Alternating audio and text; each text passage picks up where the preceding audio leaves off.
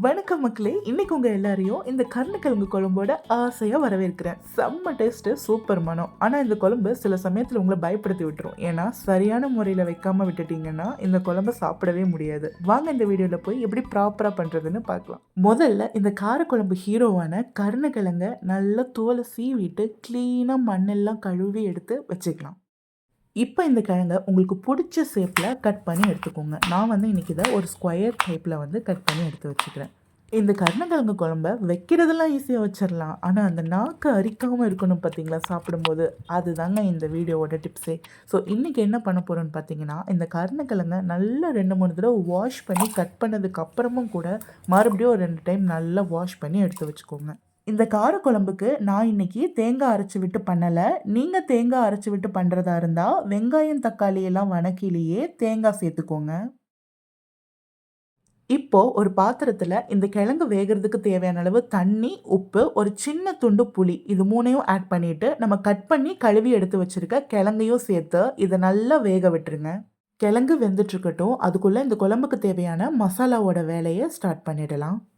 இப்போ ஒரு கடாயில் 3 டேபிள் ஸ்பூன் அளவுக்கு எண்ணெய் சேர்த்து காய விட்டுருங்க. எண்ணெய் காஞ்சதும் 2 சின்ன துண்டு பட்டை, 2 சின்ன துண்டு கிராம்பு ஆட் பண்ணியிருக்கேன். கூடவே 2 டீஸ்பூன் சோம்பு. உங்கள் காரத்துக்கு தகுந்த மாதிரி ரெட் சில்லி ஆட் பண்ணிக்கோங்க. இப்போ நம்ம கட் பண்ணி எடுத்து வச்சுருக்க 2 பெரிய சைஸ் வெங்காயம், 3 பெரிய சைஸ் தக்காளி, தேங்காய் சேர்க்குறவங்க இந்த ஸ்டேஜில் சேர்த்துக்கலாம். நம்ம கடாயில் சேர்த்துருக்க வெங்காயம், தக்காளி, வரமிளகா இது எல்லாமே ஒரு 2லேருந்து 3 நிமிஷம் நல்லா வதங்கட்டும். இப்போது ஒரு டீஸ்பூன் உப்பு, 3 டேபிள் ஸ்பூன் வரமல்லி இது எல்லாத்தையுமே சேர்த்து நல்லா வறுத்துக்கலாம். மீன்வைல் நம்ம வேக போட்ட கிழங்குமே நல்லா கொதி வந்துட்டுருக்கு. ஸோ இந்த கிழங்கு நல்லா கொதித்து நல்லா வெந்ததுக்கு அப்புறமா இந்த ஸ்டேஜில் நம்ம கேஸ் ஆஃப் பண்ணிக்கலாம்.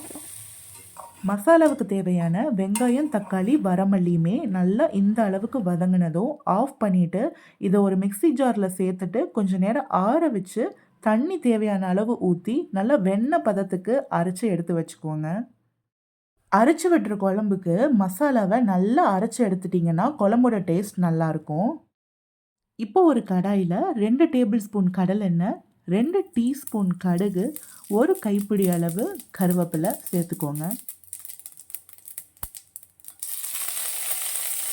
இப்போ நம்ம வேக வச்சு எடுத்து வச்சுருக்க இந்த கருணக்கிழங்க உள்ளே சேர்த்துடலாம்.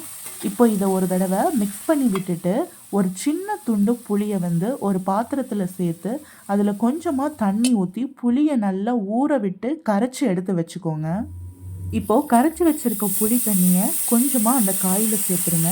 இப்போ இந்த காய் வந்துட்டு அந்த புளி தண்ணியை நல்லா உறிஞ்சணும்.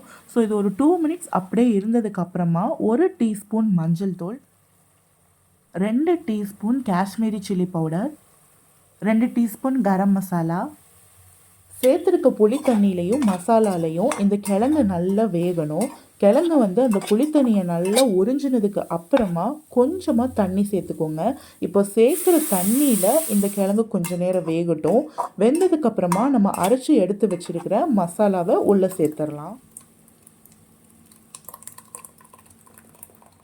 இப்போ சேர்த்த மசாலாவை நல்லா கலந்து விட்டுட்டு இந்த குழம்புக்கு தேவையான அளவு தண்ணி சேர்த்துக்கலாம்.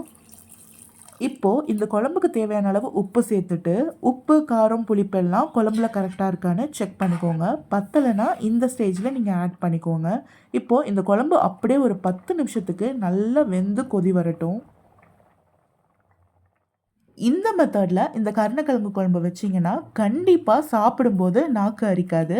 இப்போ குழம்பு நல்லா வெந்துருச்சு, கேஸ் ஆஃப் பண்ணிடலாம். அவ்வளவுதான் மக்களே, சுட சுட மணக்க மணக்க நம்ம பாரம்பரியமான கருணக்கிழங்கு ஆட்டி வச்ச குழம்பு அட்டகாசமாக ரெடி ஆயிடுச்சு. இட்லி, தோசை, சுடுசோறுன்னு எல்லாத்துக்குமே செம்ம காம்பினேஷன் இதுதான். இந்த குழம்பு ஒரு முறை செஞ்சு பாருங்கள். சிக்கன் குழம்பு, மட்டன் குழம்பு எல்லாம் இதோட மறந்துடுவீங்க. இந்த வீடியோ உங்களுக்கு பிடிச்சிருந்துச்சுன்னா இந்த ரெசிபிக்கு ஒரு லைக் போட்டுக்கோங்க. நீங்கள் இன்னும் நம்ம சேனலை சப்ஸ்கிரைப் பண்ணாமல் இருக்கீங்கன்னா சப்ஸ்கிரைப் பண்ணிக்கோங்க. இன்னொரு வீடியோவில் பார்க்கலாம். டாடா.